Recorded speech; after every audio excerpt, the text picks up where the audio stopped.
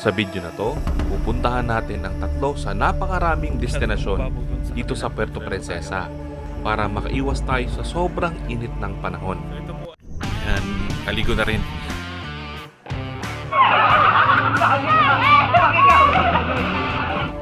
Dito, pupuntahan natin yung mga budget-friendly na spot na malapit lang sa bayan. Kung gusto nyo makatipid, pwede naman day tour lang, wala kayong babayaran. Basta dito kayo sa gitna dadaan. Nakalublub na tayo dito sa Nyogan. Ang meron lang silang entrance na 20 pesos. Kung gusto nyo pong makita yung ganda ng Puerto Princesa, maging ng lalawigan ng Palawan, mag-subscribe lang po kayo sa When in Palawan. Tara, simulan na natin adventure. Bakbak na! Welcome to Aquaman Beach Resort. Dito na po tayo sa isang spot. Ito yung dating White Beach na kilala din bilang Nasinao. Ito yung Aquaman Beach Resort ngayon. Tapos yung sa gitna, yung dating Pristine, parang iba na po yung management. Tapos doon sa dulo, private na siya. So itong napili natin, itong Aquaman Beach Resort, kasi napuntahan ko to nung mga nakaraang buwan. May spot po dito na magandang pwestuhan. So babayad lang kayo ng entrance, tapos hindi nyo na kailangan pang mag rent ng cottage kung nagtitipid kayo. Kung hindi nyo naman kailangan pumesto, pwede na dun sa mga puno ng bakawan sa gilid. Magkano entrance? 35.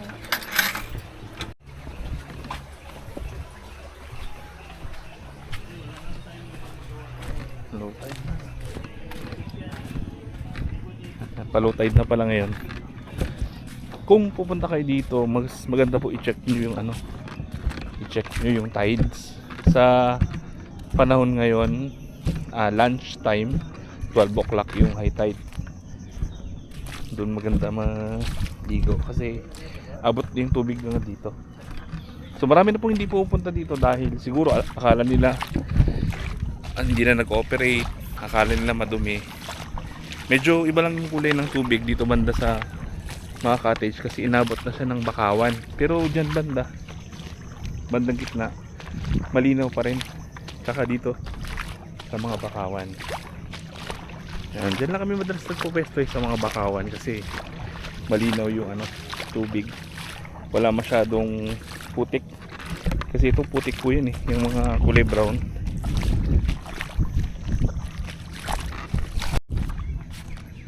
Dito tayo banda magpo-pwesto sa gilid para hindi na tayo magbayad ng cottage. Pwede yan dyan sa mga puno. So tipid, kung naghanap kayo ng tipid travel, pwede doon, pwede dyan sa mga puno. So masyado nang mababaw doon sa kabila. Dito na lang tayo sa bandang gitna. Yan, malinaw yung tubig kasi puti po yung buhangin dito. Low tide na kasi ngayon kaya medyo lutang na yung mga ugat. Pero pag high tide yan dito mismo sa spot na to, sarap na maligo. Ayan, malinaw. So dito lang muna tayo magpupwesto. Ngayon kasi alas 3 na ng hapon, medyo late na tayo nakalabas kaya medyo mababaw na. Pero tanghali or masyampuan nyo lang yung high tide nya, napakaganda po yan dito. Hindi siya ganun kamahal, may enjoy nyo na yung dagat. Ayan, kaligo na rin. Medyo mainit lang yung tubig kasi mababaw na siya, pero yung bandang ilalim malamig. Tapos yun nga, kailangan pag pumupunta kayo dito, i-check nyo lagi yung tides. I-tsempo nyo po sa high tide. Ngayon ay tanghali yung high tide nya, so punta kayo ng tanghali, makikita nyo po na napakaganda ng tubig dito sa White Beach. Yung tinuturo ko, yung pupuntahan sana natin na spot dito, dyan banda, pagka malalim maganda yan dyan, pwedeng maligo. Kaya lang dahil mababaw, medyo iba yung kulay ng ng dagat. Tapos doon pwede rin mag-spot doon sa mga bakawan. May buhangin yan dyan sa pagitan ng mga bakawan, pwede dyan pumesto. Pero kung dyan kayo, mas mainam kung dito kayo papasok sa gitna sa Pristine Beach. Yung dating Pristine Beach pala. Ayan, dito kasi tayo pumasok sa ano, yung Aquaman, yung dating Nasinaw. Yung pangatlo kasi na ng part ng White Beach, private na. Ayan. So ito yung isa sa pinakamalapit na White Beach dito sa sentro ng Puerto Princesa. Itong White Beach. Dinadayo pa rin siya ng mga locals, even mga tourist, may mga foreigner na pupunta, nagsasunbathing dito. So ganun po yung pwede nyo gawin para makatipid. Magbayad lang kayo ng entrance fee, tapos hanap na kayo ng mga spot dyan sa mga puno. Actually pinustuhan ko ngayon dito na. Dito lang sa puno, dyan ko nilagay yung mga gamit. Even yung helmet natin nandun. Para malapit sa pinaliliguan natin. So ngayon ilog naman yung hanapin natin na spot. Hanap tayo ng libre. Kung may bayad man, yung minimal lang yung entrance fee. Yung next spot naman natin ay ilog, no? Yan, dito tayo sa Barangay Bakungan. Pagdating nyo po ng kanto ng Bakungan, sa unahan konti, paglagpas nyo po ng tulay, yun yung tulay ng Bakungan, doon tayo galing, may makikita po ay kalsada na pakaliwa. Paglagpas mismo ng tulay, may kalsada pakaliwa. Diyan may mga paliguan din. So yan po yung pupuntahan natin ngayon.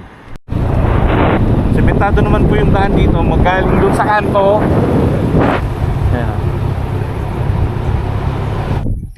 Ayan. So may dalawang paliguan, itong Nyugan River Side Private Resort, tapos itong Kamalik dito sa kaliwa. So saan ba tayo? Dito na lang muna sa kabila.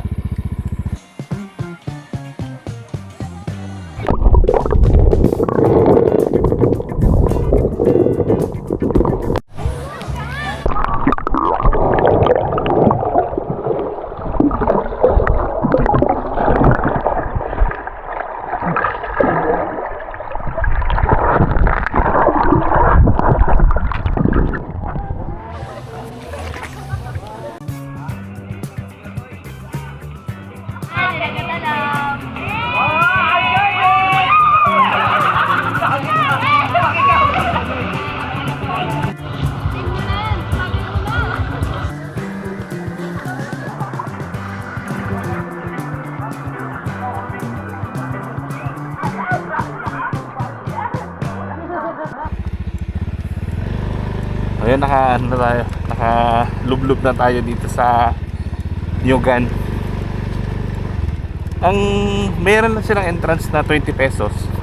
Tapos yung tubig ng kanilang ilog medyo maligam-gam, hindi siya ganun kalamig.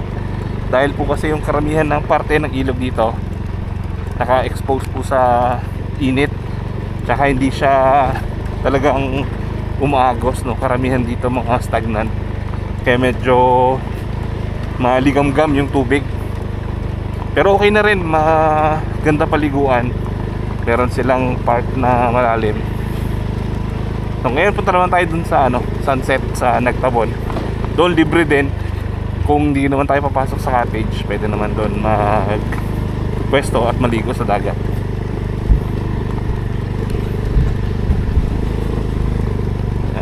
Nyugan and Riverside Private Resort.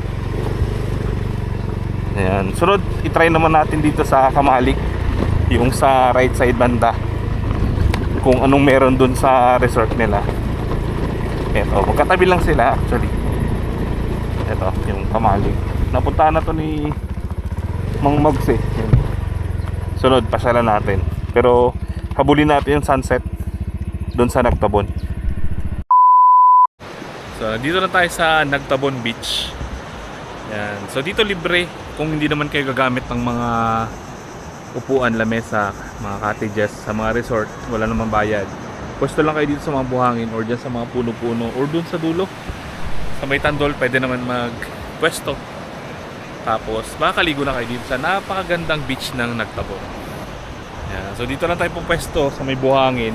Medyo low tide na. Mas mahaba na yung binaba ng tubig. Kanina doon tayo sa White Beach, low tide na, mga bandang alas 3. Ngayon dito sa Nagtabon, low tide na rin. Kaya medyo malayo na yung dagat dito sa gilid. So ito po ay nasa Barangay Bakungan. May isang magandang paliguan din, White Beach din, doon naman sa kabila, sa Talaudyong. Ayan, tapos dito naman sa going south ay yung Tagkawayan. So napakaganda ng mga beach dito. Actually ito na po yung west coast ng Puerto Princesa. Ito. So West Philippine Sea na yan, itong dagat na to. So maliligo muna ako, enjoy ko yung sunset. Kaya malapit na lumubog yung araw. So, maganda ngayon dahil wala masyadong ulap, hindi tulad nakaraan na kada punta namin medyo maulap kaya wala kami makuhang sunset. Pero ngayon mukhang magpapakita ulit yung paglubog ng araw. Okay, paalis na tayo ng Nagtabon. Ang maganda dito sa Nagtabon, napakaganda ng kanyang sunset. Kitang-kita yung paglubog ng araw. Kasi ito na po yung west part ng Palawan. Yan. So maganda rin pasyalan itong Nagtabon. Pwede kayo mag-overnight dito, may mga resort. May mga cottages naman sila. Kung gusto nyo makatipid, pwede naman day tour lang, wala kayong babayaran. Basta dito kayo sa gitna dadaan. Tapos hanap lang kayo ng pwesto na pwede nyo pag-iwanan ng gamit. Tapos pwede na kayo maligo dun sa dagat. Pero kung gusto nyo ng may mga cottage, may mga resort po yan dito. May mga tables, may mga kainan naman. May mga mabibilihan ng pagkain. So walang problema. Medyo mahina lang po yung signal dito. Pero doon sa labas meron na. Sana mapasyalan nyo yung tatlong spot na na-feature natin ngayon. Tatlong malapit lang sa city na pwede at madaling puntahan ngayong tag-init. Napakaganda ng sunset dito. Actually may mga spot pa dyan sa taas na view deck. Pwede kayong pumesto doon. Yun nga lang may mga entrance fee. Doon kitang-kita mo talaga yung paglubog ng araw. Ayan, dito ako banda sa gitna ng palabas na Nagtabon. So napakaganda ng sunset ngayong araw, walang ulap. Tapos ang ganda ng kulay ng araw ngayon. Ngayon po ay alas 6 na ng gabi. 6:06. Ayan. Maya siguro palubog na yan. So hindi na natin hintayin kasi madilim dito sa lugar na to. Although ngayon ay full moon, maliwanag, pero may mga dadaanan pa kasi tayo. So kung gusto nyo ng magandang beach, tapos merong sunset, etong Nagtabon yung isa sa malapit at madaling puntahan galing po sa bayan ng Puerto. Kung nagutom kayo sa mahabang biyahe, pwede kayong dumaan dito sa Barrels. Located sila sa Barangay San Jose, Puerto Princesa City. Dito, makakasiguro kayo na lahat ng kanilang inihaw ay bago. Dito, matitikman nyo ang napakasarap nilang inihaw, tulad ng inihaw na manok, inihaw na tuna at inihaw na pusit. Meron din silang napakasarap na kinilaw. Nakakasanta dyan.